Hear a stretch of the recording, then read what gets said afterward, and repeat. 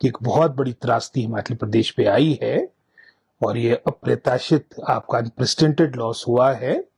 और जो अभी तक के आंकड़े उसके अनुसार पिछले कल शाम तक 4,419 करोड़ का नुकसान क्षति हिमाचल प्रदेश को भिन्न भिन्न क्षेत्रों में हो चुकी है।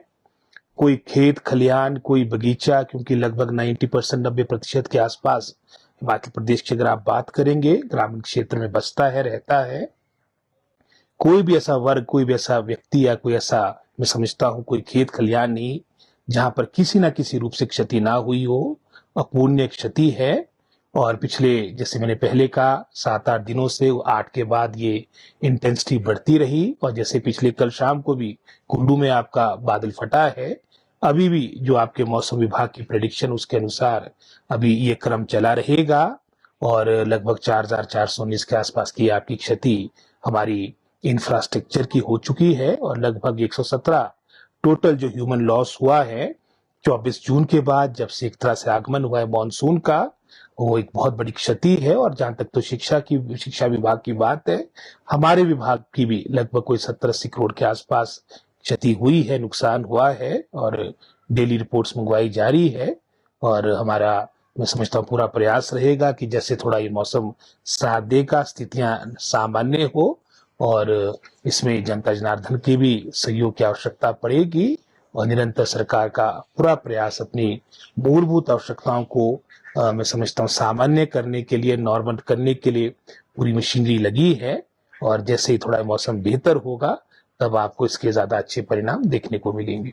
सर, समर क्लोजिंग स्कूल आपके पहले से ही बंद है, विंटर क्लोजिंग स्कूल आज खुलने थे, आपने फिलहाल बंद कर दिए। हाँ, विंटर क्लोजिंग भी हमने एक दिन उसमें और छुट्टी दी है। कारण ये था कि पिछले कल और आज का भी आपका येलो अलर्ट था और वो एक क्षति ना हो, क्योंकि बच्चों की सुरक्षा हमारी पहली प्राथमिकता है। और इसके उपरांत हमने एक तरह से एसडीएम्स को ही हमने डिपार्टमेंट ने कह दिया है कि एसडीएम्स अपने लेवल पे निर्णय लेंगे, क्योंकि कई ऐसे क्षेत्र हैं, उदाहरण के तौर पे अगर हम शिमला जिला की बात करेंगे, जो एडजॉइनिंग हमारा जो क्षेत्र है, शिमला के नजदीक के जो हमारे क्षेत्र है, चाहे कसुम्पटी की बात करें, शिमला ग्रामीण की बात करें, कंपेरेटिवली या शिमला प्रॉपर की बात करें, वहां यहाँ पर भी क्षति हुई है। लेकिन अगर आप उसकी तुलना ननखरी के या जुबल कोटखाई के साथ करेंगे, रोड उचपाल के साथ करेंगे, उसमें अंतर है। ये स्थिति आपकी मंडी जिले में है। आपके सिराज विधानसभा क्षेत्र या पद्दर विधानसभा क्षेत्र में क्षति ज्यादा हुई। निचले क्षेत्र जो सुंदरनगर वगैरह के जो क्षेत्र निचले, कंपेरेटिवली वहां पर इतनी क्षति नहीं हुई है। तो हमारा ये प्रयास है कि जहां पर लगभग नुकसान कम है वहां पर तो आपका जो एकेडमिक सेशन है वो सामान्य चलता रहे। बाकी लोकल स्तर पे आपके, मैं समझता हूँ, स्थानीय स्तर पर हमारे एसटीएम्स इन कंसल्टेशन या एक, मैं समझता हूँ, विचार विमर्श के साथ हमारे डिप्टी डायरेक्टर जो संबंधित अधिकारी होंगे जिले के, ये निर्णय लेंगे कि कब तक आपकी ये संस्था बंद रहेंगे। सर, कुछ जगहों से वीडियोज आए हैं, एक मंडी से भी वीडियो आया था जहां पर स्कूल पूरा जो है वो पानी की चपेट में आ गया था, कई जगह ढह गई है बिल्डिंगें जी, उसके लिए क्या फिर वैकल्पिक रखा हुआ है कुछ? बस वही है, फंड्स दे रहे हैं वहां पर कि जैसे थोड़ा ही मौसम हमारा टिकता, हमारे को बजट मिला है उसके अनुसार हम रिपेयर रेस्टोरेशन का काम करेंगे।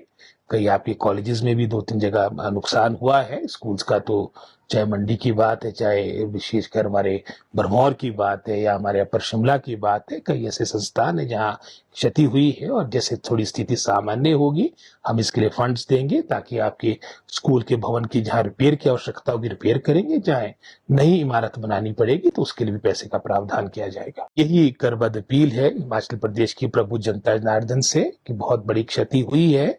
सरकार अपने स्तर पे पूरा प्रयास कर रही है कि किस तरह से जनता जनार्दन को राहत दी जा सके, लेकिन राहत के लिए भी सबसे महत्वपूर्ण मौसम का टिकना है। और विशेषकर 8 तारीख के बाद निरंतर कुछ क्षेत्रों में भारी वर्षा हो रही है, कई जगह आपके बादल फट रहे हैं।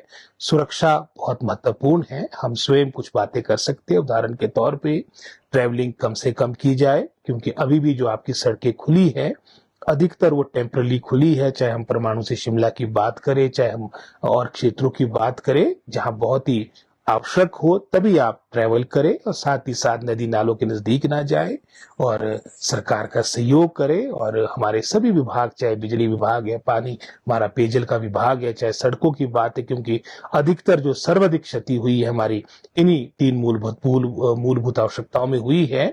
इसको सामान्य करने के लिए ये सभी कार्य में लगे, पूरी मशीनरी लगी है और इसमें भी जनता जनार्दन का सहयोग करे। कहीं पर मैं समझता हूँ आपकी पानी की निकासी के लिए जमीन की काटना भी आवश्यक है और साथ ही साथ पानी की निकासी के बिना सड़कें आपके हमारे क्षेत्र में सफल नहीं हो पाती। और एक प्रमुख कारण जो सड़कें विशेषकर हमारे ऊपरी क्षेत्रों में जो क्षति हुई है वो पानी की निकासी के कारण भी है, क्योंकि जो पैरामीटर है 1 किलोमीटर में कम से कम हमारे जो ये हिली एरियाज है 4 से 5 कलवट पड़ने चाहिए, लेकिन पड़ता कितने हम सभी जानते हैं। एक आधा मुश्किल से पड़ता। मैं ठियोग बाईपास का ही देख रहा था, लगभग कोई 2.5-3 किलोमीटर के आसपास की कुल लंबाई है, जहां एज पर नॉर्म उसमें 11 आपके कलवट पड़ने थे, मात्र 2 ही पड़ने दिए। तो ये सभी मैं समझता हूँ जो लॉसेस हुए हैं ये भी एक कारण है। और मेरी यही अपील रहेगी कि जनता जनार्दन ऐसे समय में हमें संयम भी रखना है और साथ ही साथ जहां तक सरकार की बात है वो माननीय मंत्री के दिशा निर्देश में हमारा पूरा प्रयास है कि शीघ्र ये सारी स्थितियां सामान्य हो। सर आखिरी सवाल है, आप खुद से बाहुल्य क्षेत्र से आते हैं, महकमा आपके पास नहीं है, कुछ ग्रामीण सड़कें टूट गई है, आपने पिछले दिनों एक बैठक भी ली थी जिलाधीश के माध्यम से, क्या ग्राउंड रिपोर्ट है सर अभी उस पर? वो तो मैंने शुरू में कह दिया कि कोई ऐसा किसान बागवान नहीं है जिसकी क्षति ना हुई हो। आपके हजारों की संख्या में आपके घर ढह गए हैं या फिर आपके पार्शली डैमेज हो गए हैं, आपके खेत खलियान बगीचे आपके किसी ना किसी रूप से मैं समझता हूँ हजारों करोड़ की नुकसान हो गया। मैंने तो बल्कि हॉर्टिकल्चर विभाग को कहा कि इसका अलग से आंकलन भी किया जाए, क्योंकि क्षति जो पेड़ों की हो रही है, सेबों की पेड़ों की या जो हमारे अन्य जो हमारे बागवानी से संबंधित पेड़ है वो 1 वर्ष की नहीं, वो एक परमानेंट लॉस हो रहा है कि इसको भी रिकॉर्ड करना अत्यंत आवश्यक है।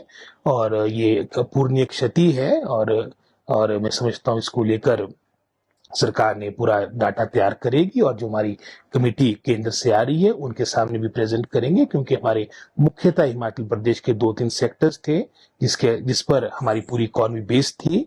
चाहे टूरिज्म की बात हो, टूरिज्म में भी आपने देखा है कितना नुकसान, कुल्लू मनाली का मंजर आपके सामने है कितना हुआ है।